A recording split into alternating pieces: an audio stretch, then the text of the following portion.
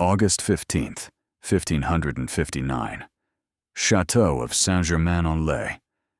The air in the Queen's chambers is thick and suffocating, heavy with the scent of beeswax, wilting lilies, and palpable dread. It clings to the black mourning silks of Catherine de' Medici, a woman whose grief is a cold, hard diamond of fury and fear. Outside, a sweltering summer day beats down on a kingdom suddenly without a king, a kingdom adrift. But in here, a penetrating chill emanates from the very stones of the castle, a cold that has nothing to do with the weather. Before the formidable Queen Regent stands a man who seems utterly out of place, a provincial doctor from Salon, Michel de Nostradamus. He is in his 50s, stout, with a graying beard, and the weary eyes of a man who has seen too much death, both at the plague beds and, allegedly, in the terrifying expanse of time itself. Less than a month ago, his king, Henry II, was alive, the embodiment of chivalric power. Now he is dead, a shard of a broken lance having pierced his eye and brain in a festive joust. And this doctor's obscure, poetic verse, published years earlier, now screams across the court, a prophecy fulfilled in the most gruesome detail.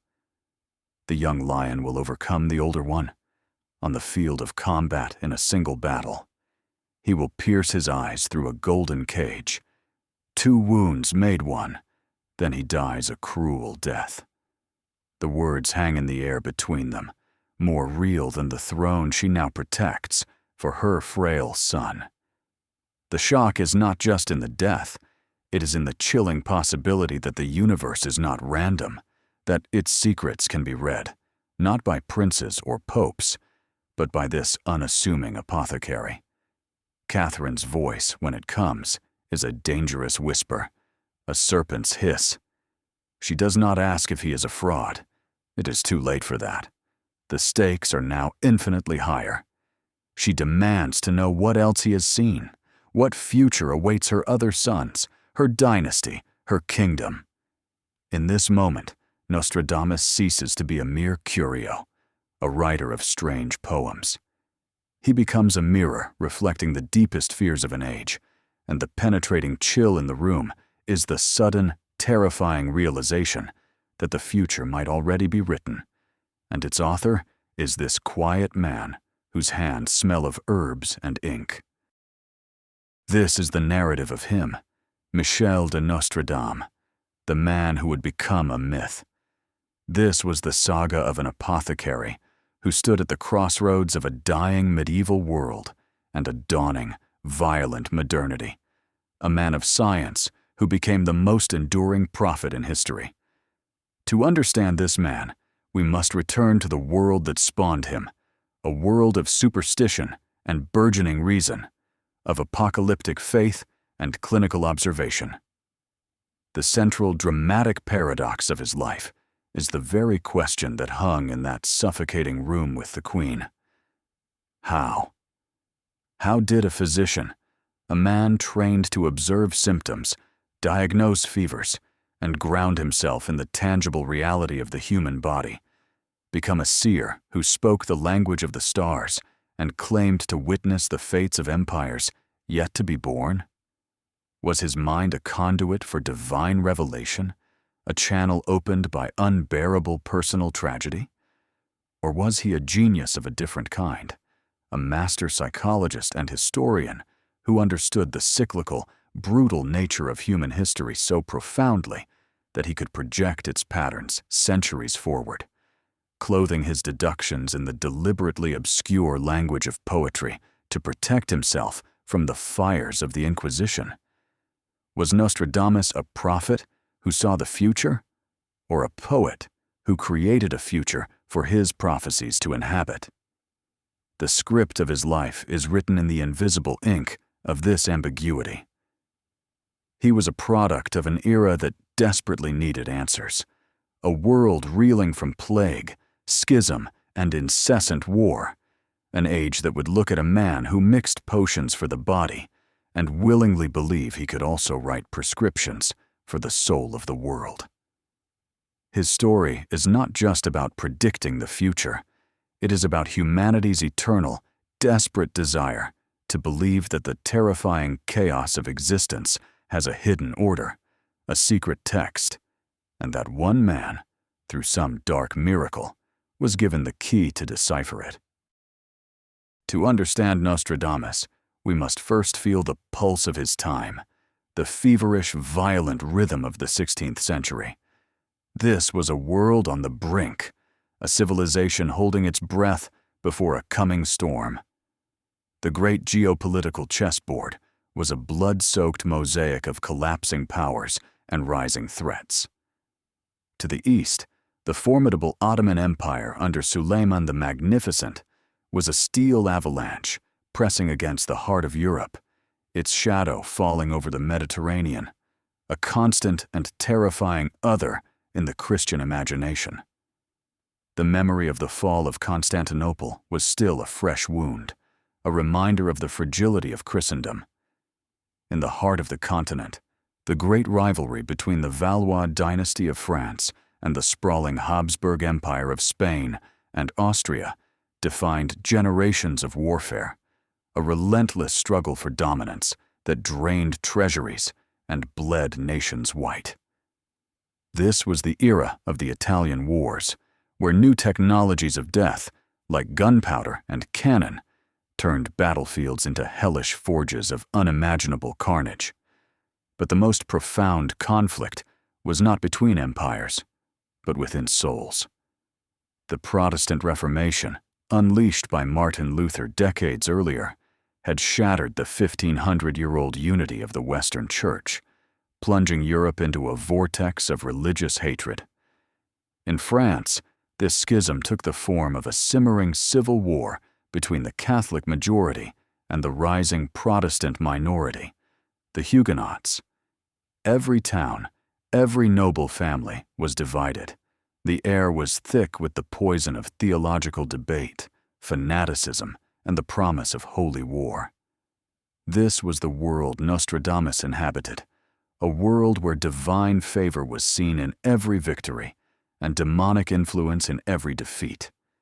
It was an age of profound anxiety, where the old certainties were dissolving, and people looked to the heavens not just for salvation, but for information, for a sign that someone was in control.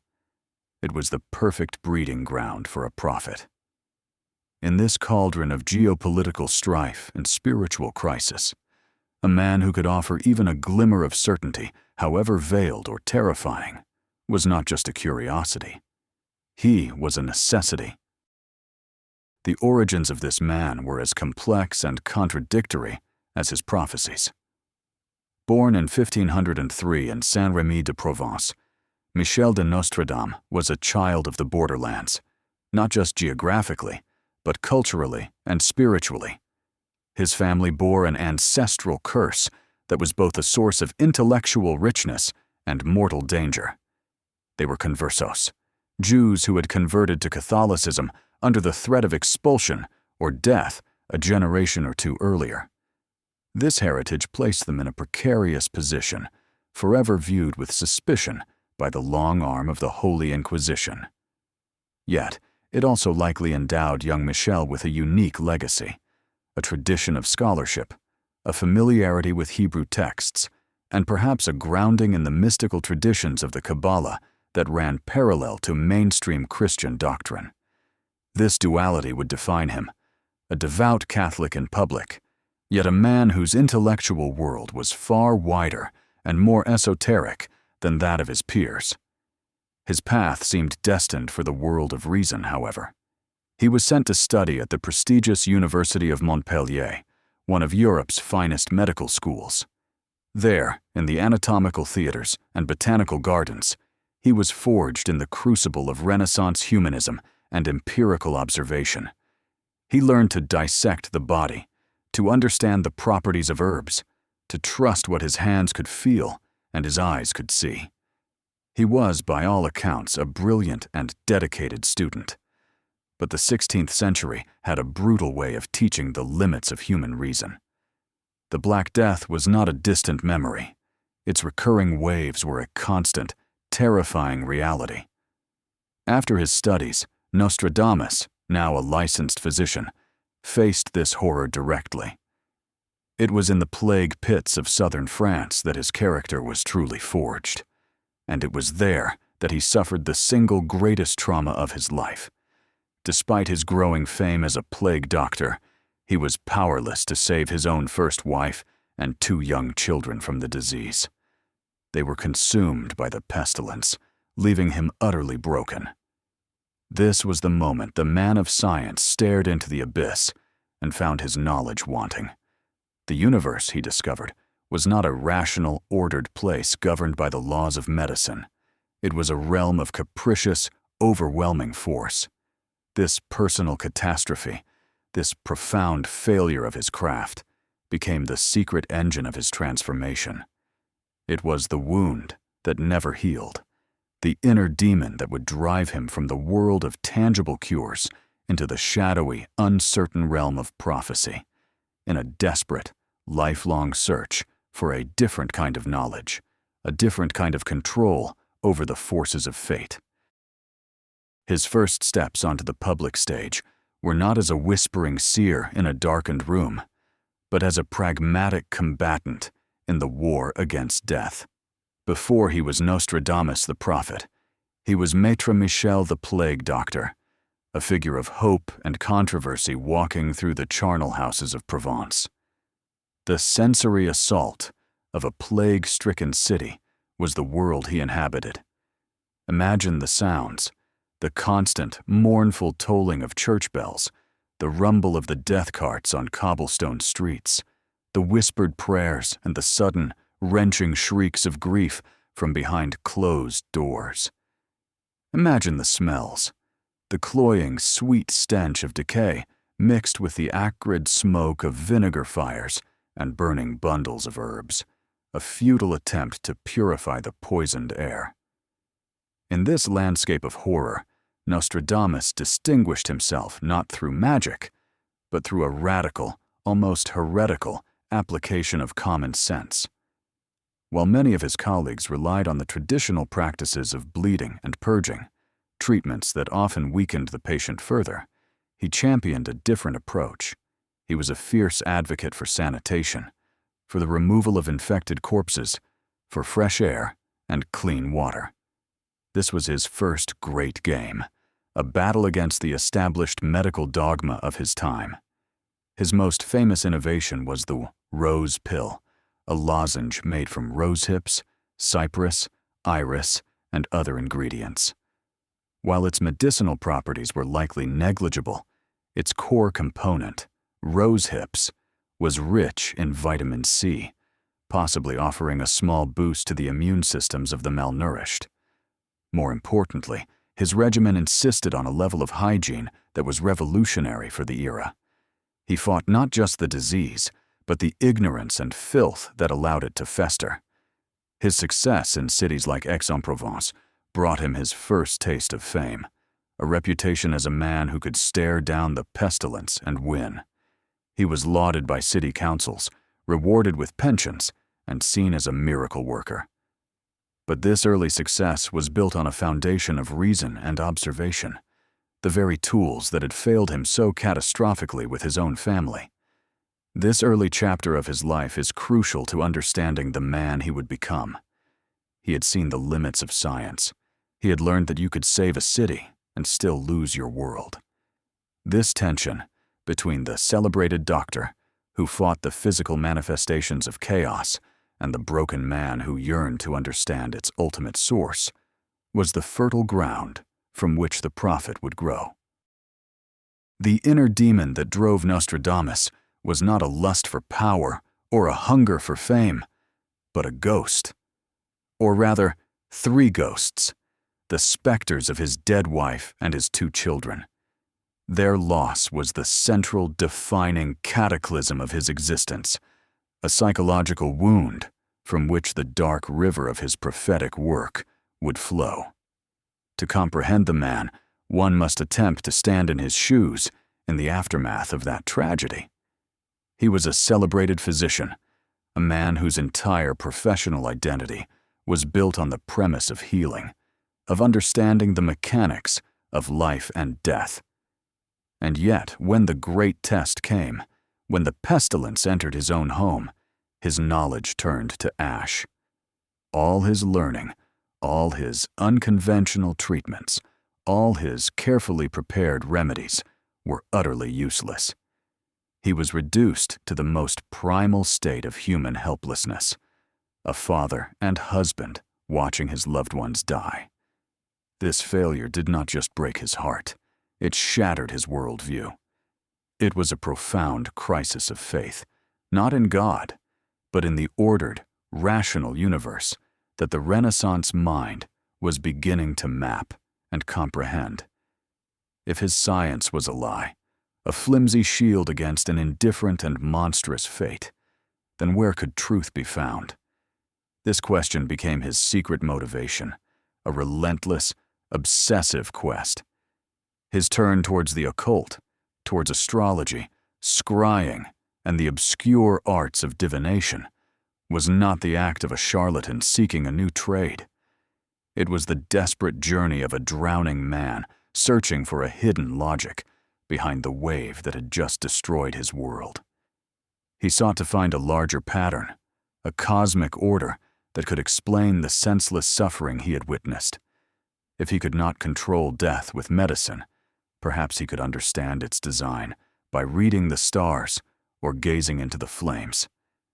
This was his great, secret ambition, to find a vantage point from which the chaos of human existence resolved into a predictable, knowable system. It was a way to retroactively give meaning to his loss, to believe that his family's death was not a random accident, but a part of some vast, terrible, and ultimately intelligible tapestry. The prophecies, in their earliest form, were likely a form of personal therapy, an attempt to impose order on his own trauma by projecting it onto the grand screen of history.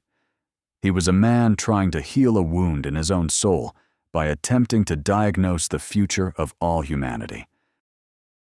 The trajectory of a man like Nostradamus, balanced precariously between the worlds of science and the occult, could have easily ended in obscurity or at the stake. What propelled him from the status of a provincial crank to a figure of international renown was a fateful encounter, an alliance with the single most powerful and superstitious woman in 16th century Europe, Catherine de' Medici, the Queen of France. Catherine was an enigma herself, a product of the Medici banking dynasty of Florence, a city steeped in both Renaissance humanism and ancient esoteric traditions. She was a shrewd, ruthless political operator, a survivor who would navigate the treacherous currents of the French court and the wars of religion for 3 decades. But beneath the calculating exterior was a mind deeply obsessed with the supernatural. She traveled with her own retinue of astrologers and soothsayers, constantly seeking to glimpse the future, to gain an edge in the deadly game of thrones. For Catherine, astrology was not a parlor game. It was a form of strategic intelligence. When rumors of the prophet from Provence, the man whose strange verses were circulating among the literate elite, reached her, her interest was immediate and intense. She summoned him to court in Paris in 1556, a meeting that would define both their destinies. This was not merely a meeting of a seer and a patron. It was a collision of 2 powerful forces of the age. In Nostradamus, Catherine saw a potential tool, a source of secret knowledge that could help her protect her husband, King Henry II, and secure the future of her Valois sons. In Catherine, Nostradamus found the ultimate shield. A summons to the Queen could easily have been a prelude to an interrogation by the Inquisition. But with her patronage, he was suddenly untouchable. She was the one person in the kingdom whose power could protect him from the theologians who saw his work as demonic. Their relationship was a complex symbiosis of belief and manipulation. She craved his predictions, and he, in turn, fed her that information, likely couched in the most careful, ambiguous language. He had found his audience, and she had found her prophet. This alliance was the crucible in which his legend was forged. Without Catherine de' Medici, Nostradamus might have been a forgotten footnote. With her, he was granted a stage at the very center of power, a platform from which his cryptic words would soon echo across the centuries. The publication of the first edition of Les Prophéties in 1555 was the moment Maître Michel de Nostradamus threw down a dangerous gauntlet to the world. This was his first true step into the great game of prophecy, and the price of admission was immediate and severe. The book, a collection of rhyming four-line stanzas called quatrains, grouped in centuries of 100, was unlike anything seen before. It was not a straightforward apocalyptic text in the tradition of the Bible. It was a chaotic, non-chronological jumble of images, symbols, and enigmatic pronouncements. The response was a firestorm of controversy. The academic and literary elite of Paris, the guardians of reason and classical form, largely dismissed the work with contempt. They saw it as the nonsensical gibberish of a provincial mind, a clumsy mishmash of Latin, Greek, and Provençal French, devoid of poetic grace or logical coherence. To them, he was a charlatan of the worst kind, preying on the fears of the ignorant. But the scorn of intellectuals was the least of his worries. A far greater threat came from the Church.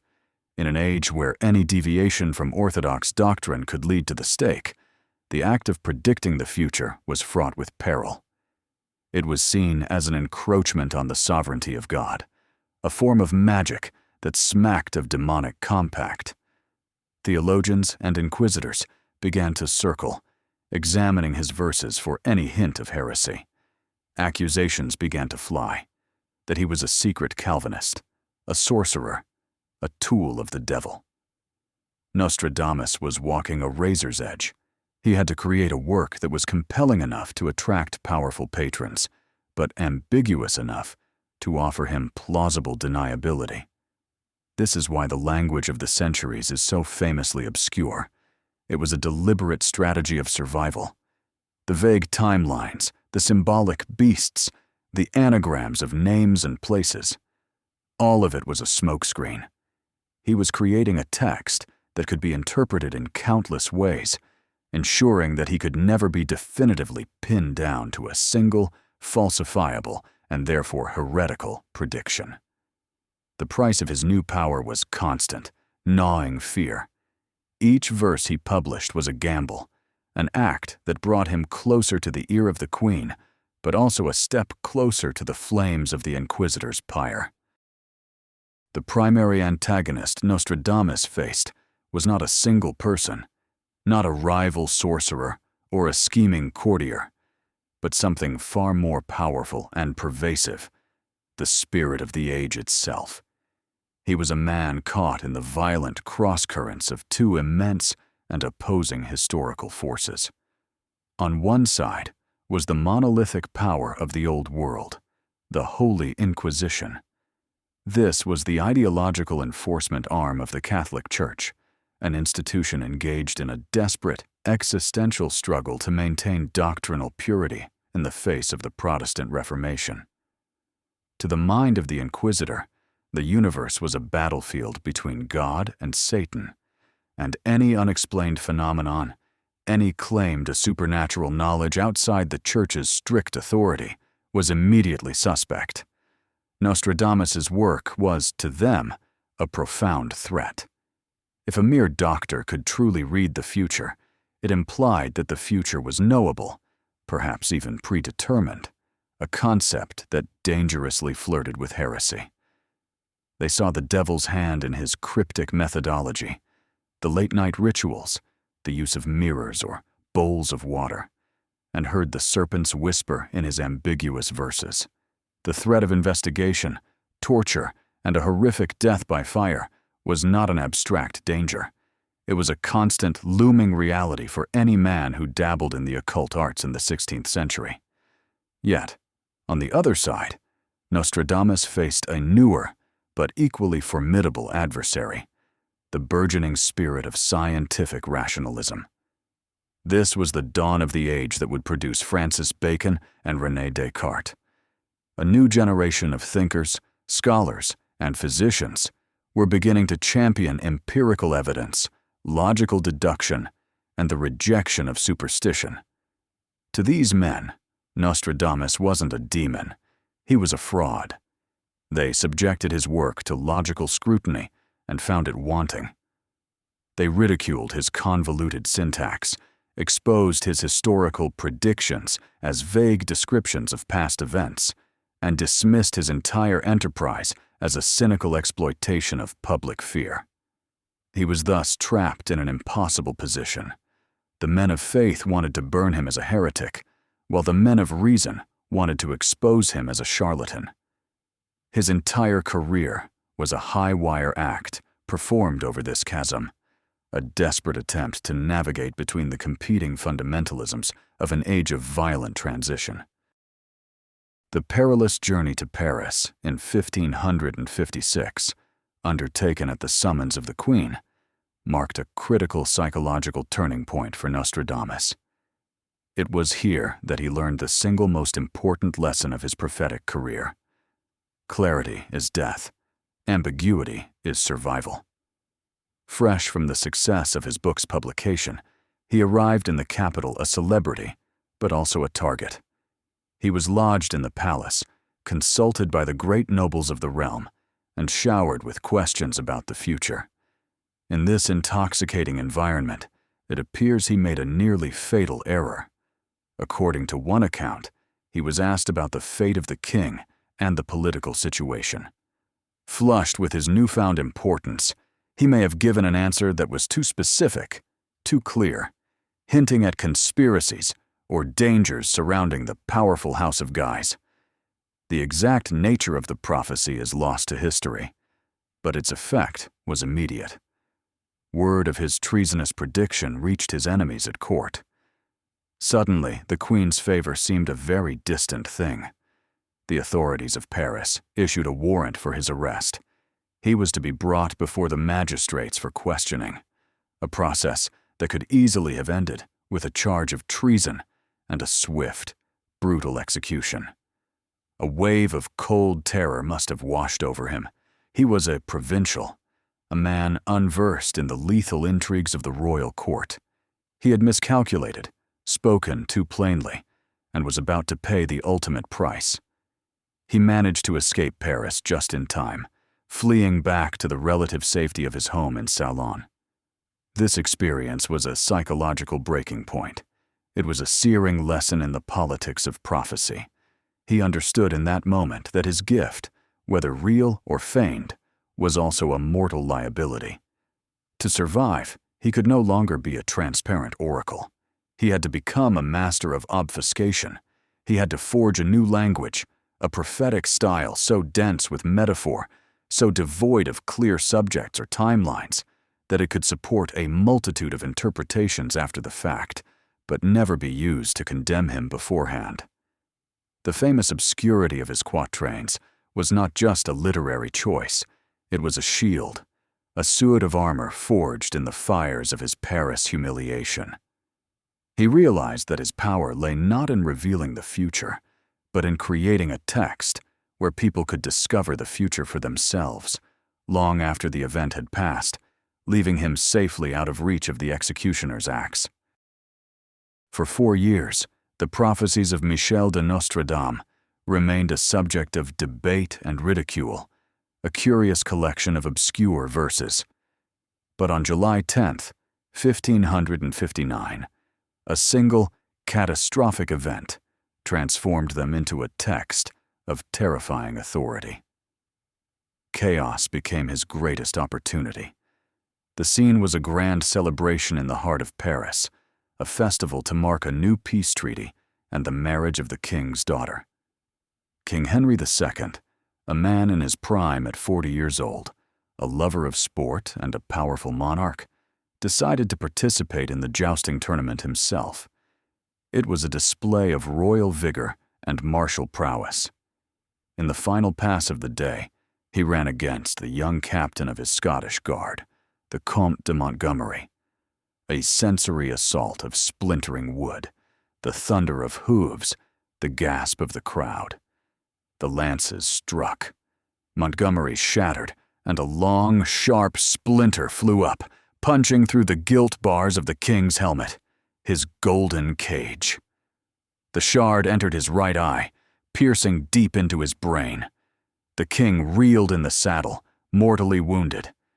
For 10 agonizing days, the finest surgeons in Europe, including the great anatomist Vesalius, tried in vain to save him. He died in excruciating pain. In that instant of Henry's death, Nostradamus was reborn. A shockwave ran through the courts of Europe. Someone remembered the strange verse from the book published 4 years prior, Quatrain 1.35. The young lion will overcome the older one. On the field of combat in a single battle, he will pierce his eyes through a golden cage. 2 wounds made one. Then he dies a cruel death. The parallels were stunning, uncanny, and impossible to ignore. The older king, the older one, defeated by a younger man, the young lion. The battlefield of the tournament, field of combat. The gruesome, specific detail of the eye pierced through the helmet, golden cage. The 2 wounds, the eye and the brain, becoming one fatal injury. 2 wounds made one. The prophecy was no longer a vague piece of doggerel. It was a chillingly precise account of a freak accident. This single event was the fulcrum on which his entire legacy turned. It silenced the skeptics and terrified the powerful. He had used the ambient chaos and violence of his age as a canvas, and now a random stroke of fate had painted a masterpiece of horror upon it, validating his entire project. From this moment on, Nostradamus was no longer just a doctor who wrote poetry. He was the man who had seen the king's death written in the stars. The death of the king transformed Nostradamus from a person of interest into an object of absolute necessity for the new ruler of France, the Queen Regent, Catherine de' Medici. His greatest triumph was not the fulfillment of the prophecy itself, but the access it granted him. The summons to the royal court was now not a request, but a desperate plea. He was brought before a terrified mother, who now held the fate of a fractured kingdom in her hands, a kingdom she had to rule on behalf of her sickly, adolescent son, Francis II. The climax of his ascent was the private audience that followed, a scene steeped in drama and a palpable sense of the supernatural. Catherine, no longer just curious, but a true believer, did not want vague pronouncements about the kingdom. She wanted to know the fate of her bloodline, the future of her 4 young sons, Francis, Charles, Henry, and the youngest, Hercule. What Nostradamus did next was a masterstroke of psychological theater. He did not, according to the legends that grew around this meeting, offer detailed prophecies. Instead, he simply observed the boys, the heirs to the throne of France. He looked at the frail Francis, already king but destined to die within a year. He looked at the nervous, unstable Charles, who would one day authorize the St. Bartholomew's Day massacre and die haunted by its bloody ghosts. He looked at the intelligent, athletic Henry, who would rule as king of both Poland and France before being felled by an assassin's knife. And he looked at the ambitious youngest son, who would never sit on the throne. We can only imagine the scene, the seer, with his dark, knowing eyes, gazing upon the royal children as if they were already ghosts, their entire tragic biographies playing out before him. He is said to have remarked that all of them would be kings, a prophecy in itself, as the last son would not inherit the throne, yet it hinted at the bloody succession to come. The true power of this moment was in its intimacy and its implication. By reading the fate of her children, he was no longer a distant author. He was an intimate confidant, a spiritual advisor who held the most sensitive secrets of the dynasty. He had transcended politics. He had made himself essential to the mother of kings, securing his position and his legend, and wrapping himself in the ultimate protection of the throne. At the absolute summit of his power and influence, what were the thoughts of Nostradamus, the man? To understand the psychology of his triumph, we must imagine him in his sanctuary, the secluded study at the top of his house in Ceylon, the world of queens and courts left far behind. This room was his true kingdom, a space filled with the tools of his dual trades, the physician's charts and herbal remedies on one side, the astronomer's astrolabes, celestial maps, and forbidden esoteric texts on the other. Here, in the flickering candlelight, surrounded by the scent of old parchment and drying herbs, the moment of hubris would have been overwhelming.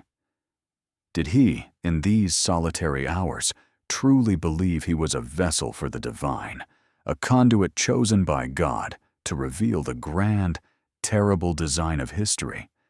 It is entirely possible. The sheer unlikeliness of his own story, a provincial doctor becoming the confidant of a queen because of a single verse written years before, could easily be interpreted as a sign of divine favor, a miracle validating his sacred mission. He might have seen himself as a new Isaiah, a prophet sent to warn a sinful and complacent generation. The nightly rituals he practiced, using meditative techniques and possibly hallucinogenic herbs like nutmeg to induce a trance state, could have produced genuine psychological visions, powerful waking dreams that his conscious mind would then struggle to interpret and record. In this state, the line between insight and divine inspiration would have blurred completely. Alternatively, a different kind of hubris might have taken hold, the pride of the master craftsman, the ultimate intellectual gamesman.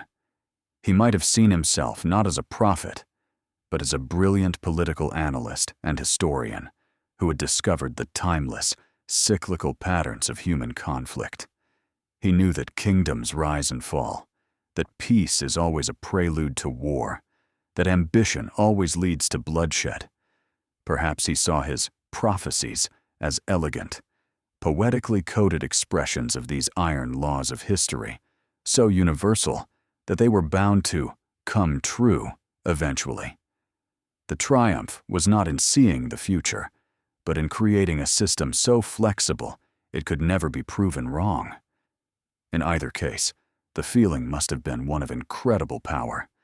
The knowledge that the words he was scratching onto paper in this small, quiet room would shape the fears and decisions of the most powerful people on earth. While Nostradamus enjoyed the dangerous patronage of the queen, he was by no means without enemies. His rise to prominence created a host of sworn adversaries, and his intellectual and spiritual duel with them was a battle for the soul of the nation.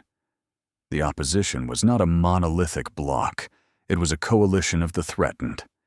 It included rival astrologers at court, jealous of this newcomer from Provence, who had so completely captured the queen's ear. It included skeptical poets and scholars who were offended by his crude style and his grand claims, seeing him as an insult to their craft. But his most dangerous personal antagonist was found in the figure of the stern, rational theologian, a man like Laurent Vidal.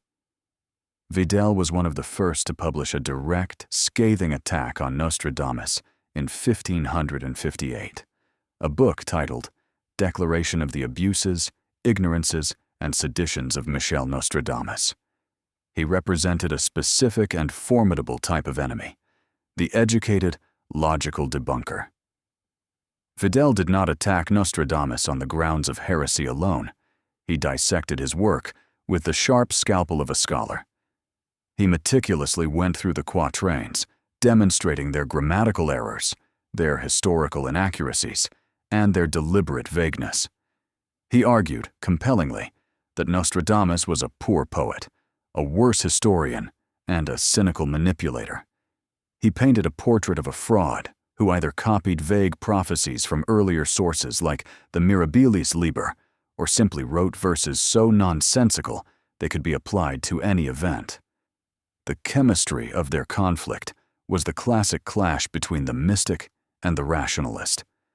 For Vidal and his ilk, Nostradamus was a symptom of a societal disease, a regression into superstition at a time when the light of reason was beginning to dawn.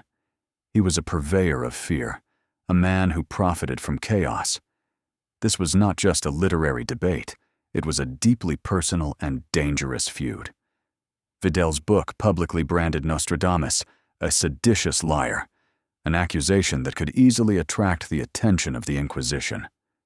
The duel between them was fought with pamphlets and public opinion, a high-stakes battle between two worldviews, one that saw the hand of fate in every shadow, and one that sought to banish the shadows with the harsh light of critical thought. Unlike a king or a general, the great construction project of Nostradamus was not one of stone or law, but of words and fear. His monumental reform was the creation of his magnum opus, the centuries, and his primary tool was the nightly ritual he conducted in his secret study. This process was his method of construction, the deliberate building of a legend, and it was a sensory assault on his own consciousness. The legend begins after his family was asleep, when the house in Salon grew silent. He would ascend to his sanctum, a room forbidden to others. The air would be cool, the only sound the distant barking of a dog or the sighing of the wind. He would light a single candle, its flame a tiny, defiant star against the crushing darkness of the provincial night. On his table, he would place the artifacts of his ritual, as described in his own opening verses: a brass tripod, a small bowl of water, and a wand. The scene is deliberately evocative of the ancient oracles of Greece. The process was one of self-induced hypnosis. He would gaze into the water, or perhaps the flame, for hours, the single point of light mesmerizing him, silencing the rational, critical part of his mind. He wrote of using herbal preparations, likely mild hallucinogens like nutmeg or morning glory seeds, to anoint himself and his wand, further loosening his grip on ordinary reality. The smells would be of burning herbs, melting wax, and the dry dust of ancient books. In this trance-like state, a state of profound sensory deprivation and psychological suggestion, the visions would come. They were likely not clear, cinematic previews of the future, but a flood of disconnected, symbolic images, a torrent of chaotic input from his subconscious mind, dredged up from his vast reading of history, mythology, and the Bible. His great work was to capture this chaotic flood, to wrestle these fleeting images into the rigid, four-line structure of a quatrain. The construction of the centuries was therefore a nightly descent into a self-made abyss, a painstaking process of translating the language of dreams and nightmares into a text that would haunt the waking world for centuries. He was not merely writing a book, he was building a labyrinth of words, a textual machine designed to generate an endless supply of meaning and dread. To truly understand the paradox of Nostradamus, one must look beyond the apocalyptic seer and see the man who lived a remarkably conventional life. This zoom effect, contrasting the macro-level prophet with the close-up of the provincial bourgeois, is essential. While his nights were spent conversing with eternity, his days were grounded in the mundane realities of 16th-century life, a stability largely provided by his second wife, Anne Ponsard.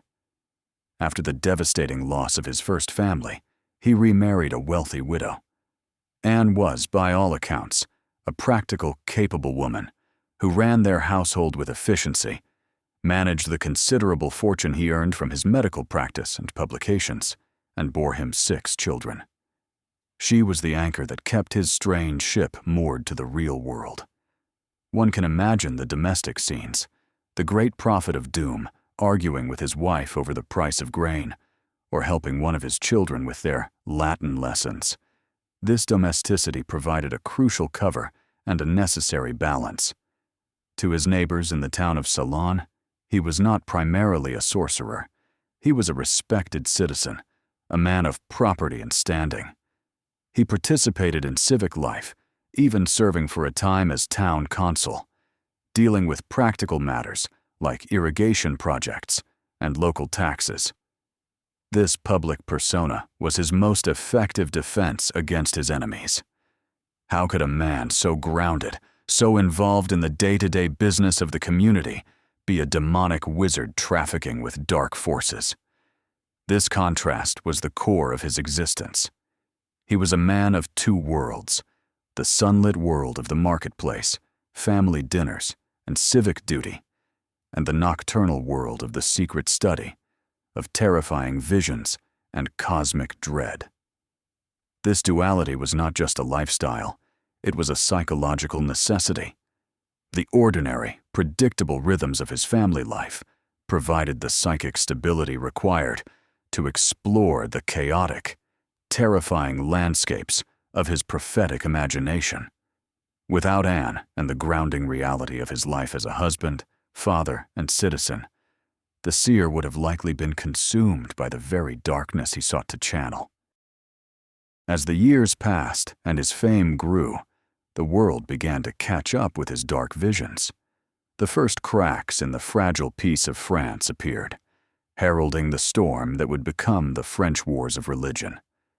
This brutal series of conflicts between Catholics and Huguenots, which would last for more than 30 years and tear the kingdom apart, became the proving ground for his prophecies. But it also revealed a terrible danger. His work was no longer his own.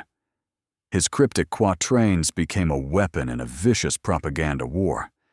Each side, the Catholic League and the Protestant Huguenots, began to mine the centuries for verses that could be interpreted as predicting their own ultimate victory and the damnation of their enemies. A quatrain mentioning a great famine could be applied to a city under siege. A reference to a change of reign could be used to justify the assassination of a king. His words, which he likely intended as universal warnings about the folly of human conflict, were twisted into specific, partisan justifications for slaughter. He became a prophet for hire, his verses endlessly reprinted in pamphlets, with new, politically charged interpretations. This must have been a horrifying development for him. He had sought to understand the great patterns of history, but now he was seeing his own words being used as fuel for the very fires he claimed to foresee. The storm he had predicted was breaking, and his prophecies were like lightning rods, attracting and channeling the destructive energy of the age. The harbingers of this storm were not just political, they were personal. The more his name was invoked by fanatics on both sides, the more dangerous his position became. He was no longer just a royal curiosity. He was a political figure, whether he wanted to be or not. The cracks appearing in the kingdom were mirrored by the growing cracks in his own carefully constructed persona of the detached, objective seer. The world was spinning into a vortex of violence, and he was standing at its center, watching his own legacy being forged in the blood of his countrymen. In the last years of his life, increasingly frail and afflicted by illness, Nostradamus made a fateful decision: to publish the final 3 centuries of his work, containing his most apocalyptic and far-reaching prophecies. This was not a commercial decision. It was a profound psychological act, a final, defiant gesture from a man who believed he had seen the end point of history. Why did he do it? What was the psychology behind this final, terrible unleashing of his visions upon the world? It was likely a combination of motivations, a cocktail of hubris, desperation, and a genuine sense of duty. By this point, he may have become a true believer in his own myth, having seen some of his predictions come to pass with uncanny accuracy. He might have felt a sacred obligation to reveal the rest of his knowledge, to give humanity a complete, if terrifying, roadmap of its future. It was the ultimate act of a prophet, to hold nothing back, to deliver the message in its entirety, regardless of the consequences. He may have seen the escalating religious violence in France as the beginning of the end times, the final act in a divine drama. In this mindset, publishing the final prophecies was not an act of ego, but a desperate final warning, a last chance for humanity to change its course before the coming apocalypse he foresaw. There was also likely an element of legacy building. Knowing that his life was drawing to a close, he wanted to complete his magnum opus, to leave behind a finished monument that would endure for ages. He was sealing his testament, ensuring that future generations would have the complete text to ponder and interpret. This act was the culmination of his life's work, the final placement of the capstone on the strange pyramid he had constructed. It was a profoundly fateful act because it guaranteed his immortality. By extending his prophecies to encompass the French Revolution, the rise of figures like Napoleon, Pour Nai Laurent, an anagram for Napoleon Roy, and even a figure he calls Hister, Hitler, and culminating in a final world-ending conflict, he ensured that every future generation would find itself somewhere in his dark timeline, forever searching for their own reflection in his cryptic verses. He was consciously throwing a message in a bottle into the ocean of time, a message he knew would be found and feared for centuries to come. The greatest catastrophe for a prophet is not to be proven wrong, but to be endlessly and crudely misunderstood. This was the ultimate moral catastrophe of Nostradamus's legacy, a tragedy that began even before his death and accelerated in the centuries that followed. He had created a work of immense subtlety and ambiguity, a complex tapestry woven from history, poetry, and visionary experience. He likely saw it as a profound, meditative text on the nature of fate and human folly. But the world had little patience for subtlety. It flattened his complex verses into a series of simple, sensationalist predictions, turning his life's work into a kind of supernatural tabloid. The true horror was watching his name become a brand, a synonym for cheap fortune-telling.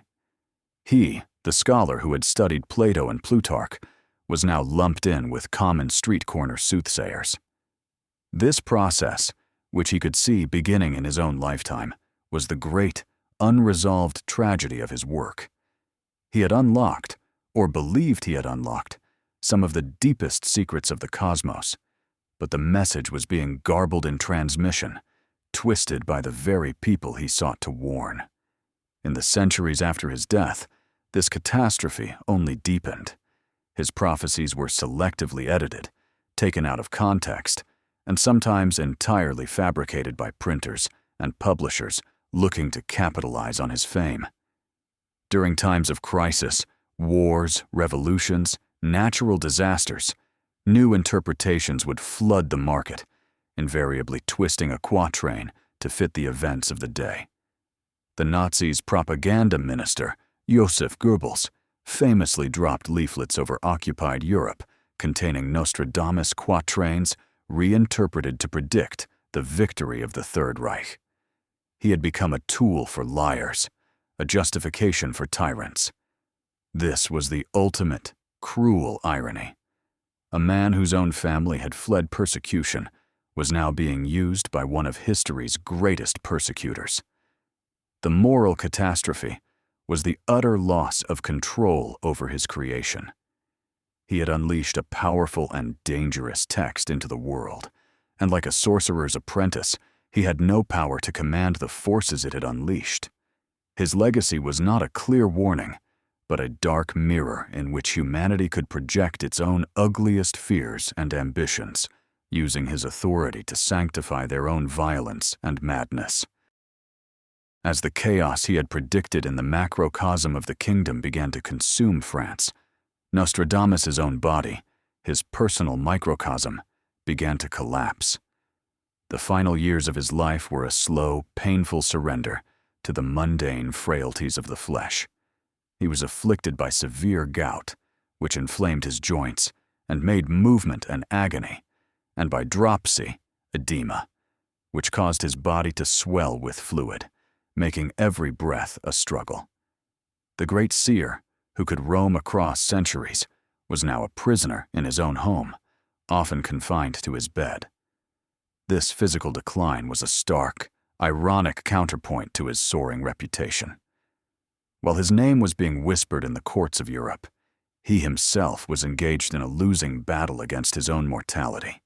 He was no longer the vigorous plague doctor who could march into infected cities. He was an old, sick man, watching the world through his window. Yet, even in this state of collapse, he made one last, desperate attempt to control the narrative, to stage-manage the final act of his own life. He knew he was dying, and he approached his own death as his final prophecy.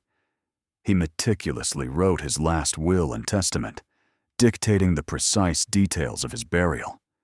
He insisted on being buried upright, encased within the wall of a local church, a bizarre request that was likely another piece of calculated myth-making, ensuring his final resting place would be as unconventional as his life. The most famous story of this period, perhaps apocryphal, but perfectly in keeping with his character, concerns his last chance to assert his prophetic power. His secretary and friend, Chavigny, wished him a good night on the evening of July 1st, 1566. Nostradamus, aware of the finality of the moment, is said to have looked at him and uttered his last prediction. "You will not find me alive at sunrise."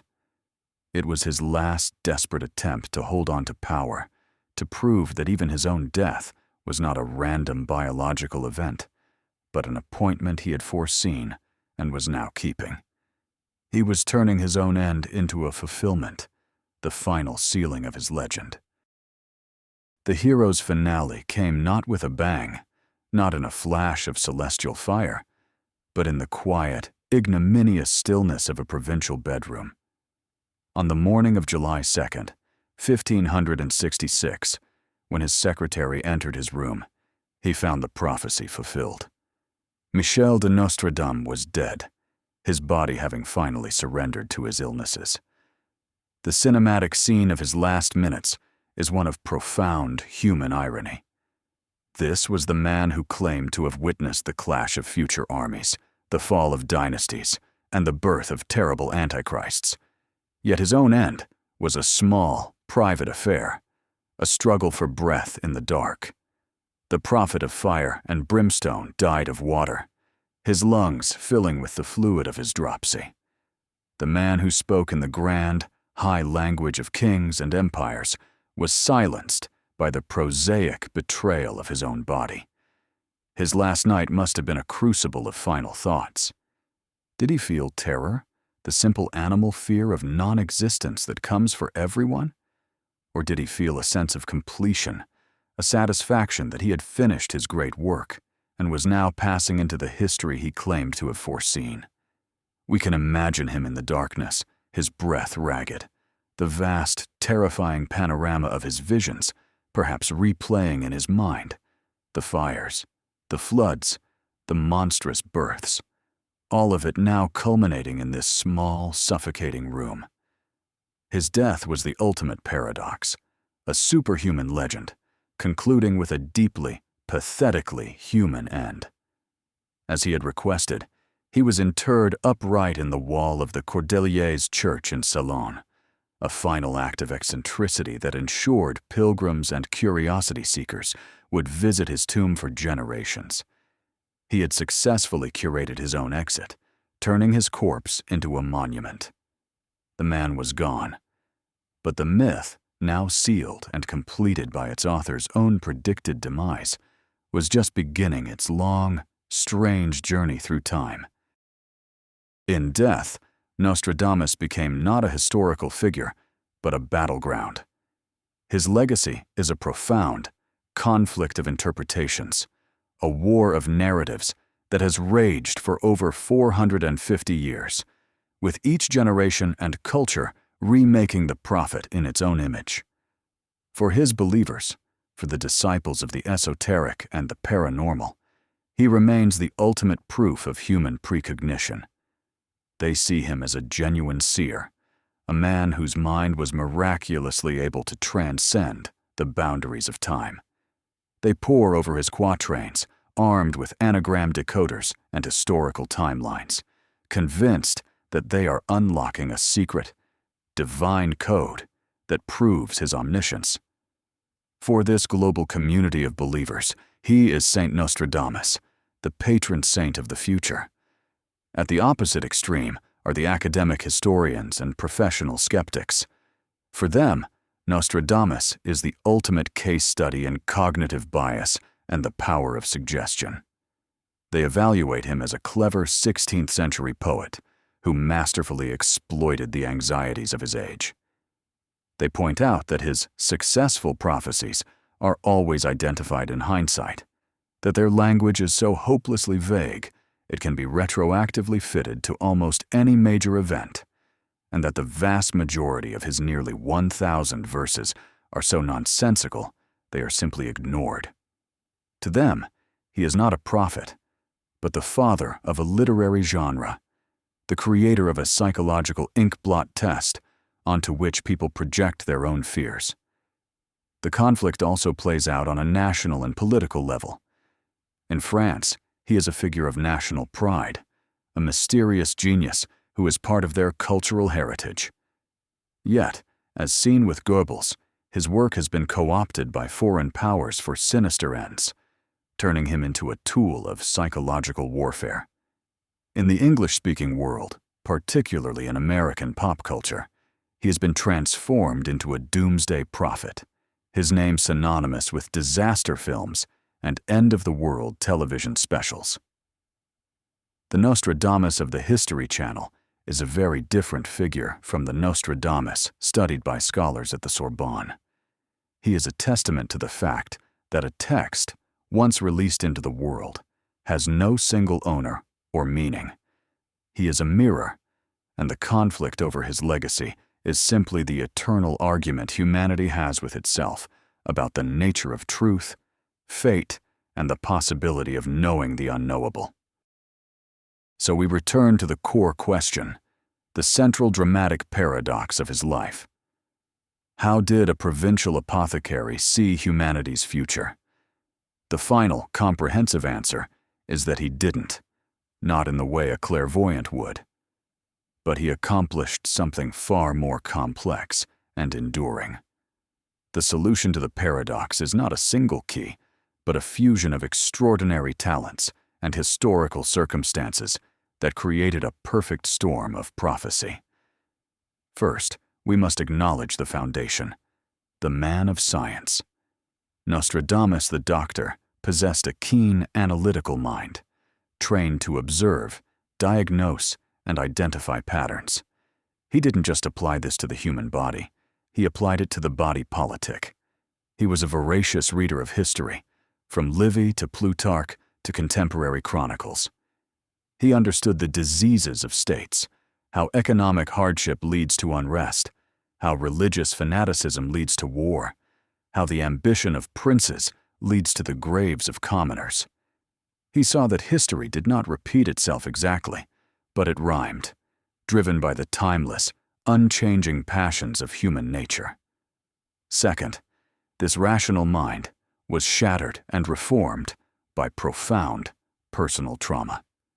The loss of his family broke his faith in a purely material world and opened his mind to the irrational, the mystical, the possibility of a hidden order behind the visible chaos.